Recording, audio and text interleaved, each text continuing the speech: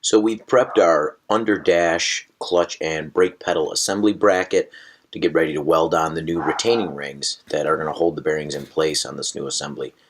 We've ground out the old mounting sleeve bushings that would have originally been in there to hold the former assembly. There would have been a number of plastic bushings, and those typically wear through on these. They get a lot of miles and a lot of use, and they take a lot of force to actuate the clutch. So this assembly should relieve all that axial load and prep us for smooth movement.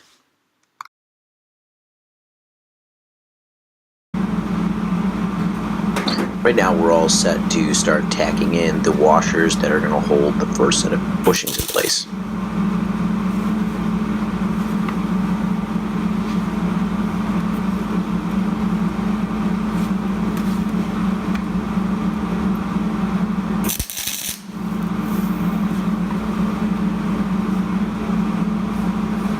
I guess if everything looks good, we'll just keep going.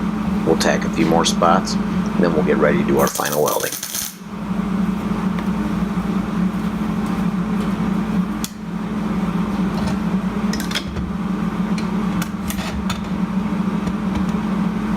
This is about the time where I realized that my welder settings were not exactly optimal, and I was getting utterly zero penetration between the washer that I was welding in and the bracket. So when I was removing the clamp that was holding things together, it was literally falling out. So we're going to set it up and we're going to try again.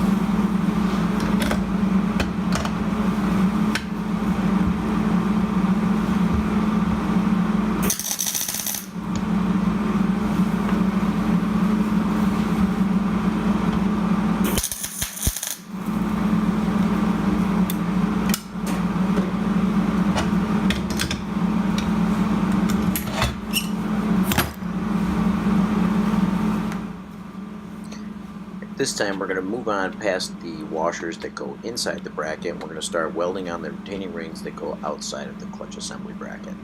I'm actually using the clutch assembly pedal and the rod that goes through this to align the bearings both sides of the bracket so that everything is in line and concentric with each other while I'm tacking things together. I'm going to use low power settings to tack these rings in place so that it can hold them. I will then remove that clutch rod out of there, and then I can do my finish welding.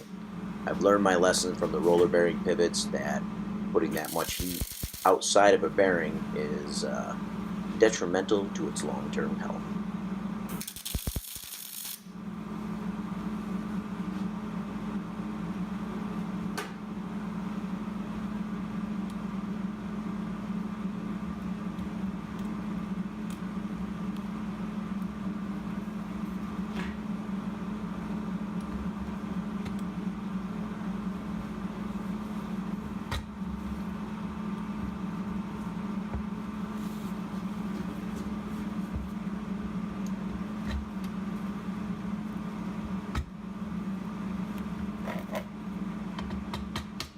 As you can see, the bearing actually wasn't sitting dead nuts square to the assembly after it was tacked in place, so it was creating a little bit of a tight fit on the clutch assembly rod.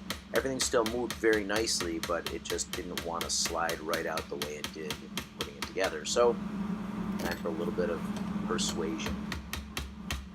Sometimes you need a hammer just to get it done.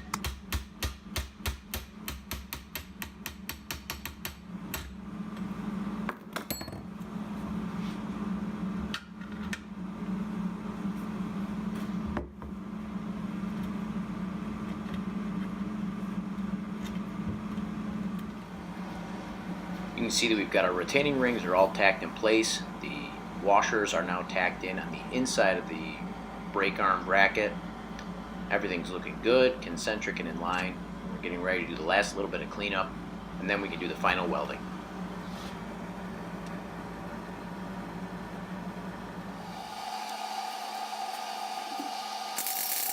Alright, so it's about time we do all our final welding.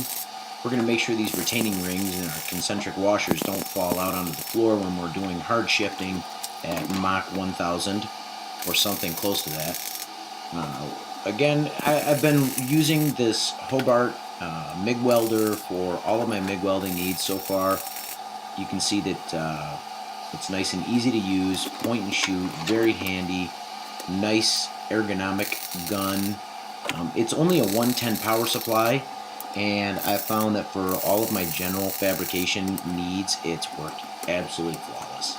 With the right wire and the right settings, I've been getting great welds, and I've been really happy with the results.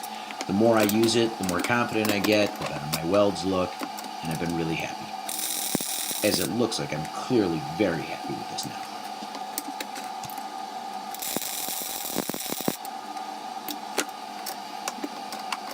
So, I'm going to say that I have got Mustang Steve's ball bearing clutch retrofit kit installed in here.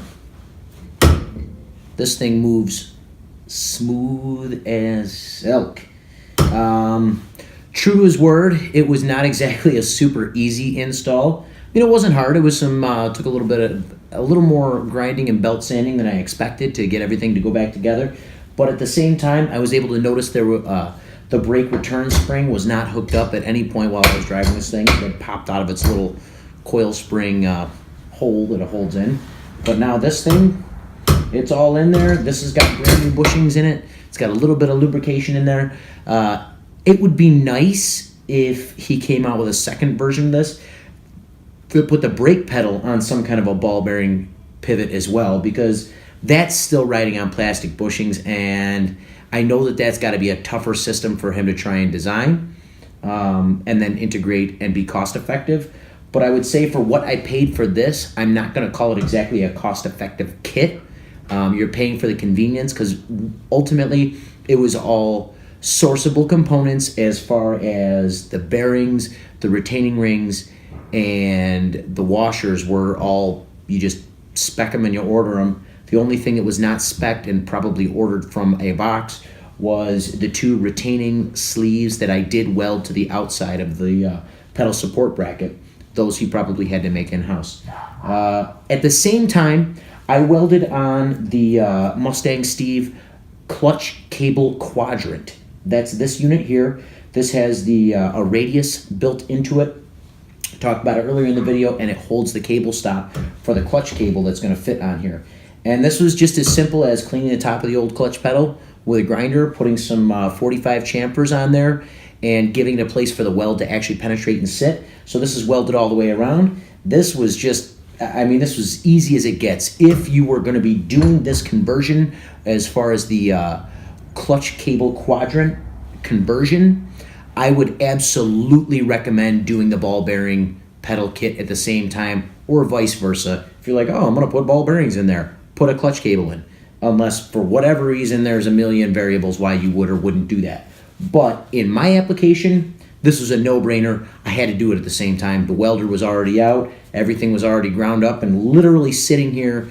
You couldn't do this modification underneath the car at all. It's just not possible. The assembly has to come out.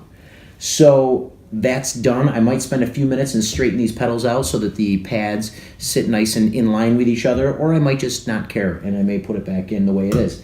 I did cut off the return spring brackets that were on here before. There used to be a small spring catch here that was bolted on, and there was a spring pull on this side which kept the pedal pulled forward. And like I said, that was constantly pulling the pedal up and into the dash. I cut it off. It did not specify that I should. I did because I don't want to have anything catching on it underneath the car now that it's not going to have a spring on it to kind of keep wiring or whatever might be under there. I don't want anything catching on it. I also don't need that spring at this point pulling the pedal forward, as the cable's tension is what holds it in place on this quadrant. So if a spring were to pull this forward farther than it goes on its own, it could actually allow that cable to pop out because it doesn't have any load on it.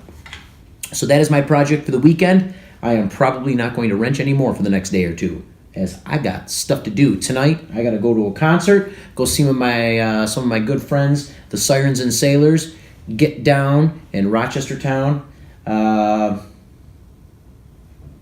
That's my wrenching for the day. That's my wrenching for the weekend, and I hope you enjoyed that. Mustang Steve, great job. No, I'm not sponsored. I had to pay for this. See you next time. I'm Ben. Bye.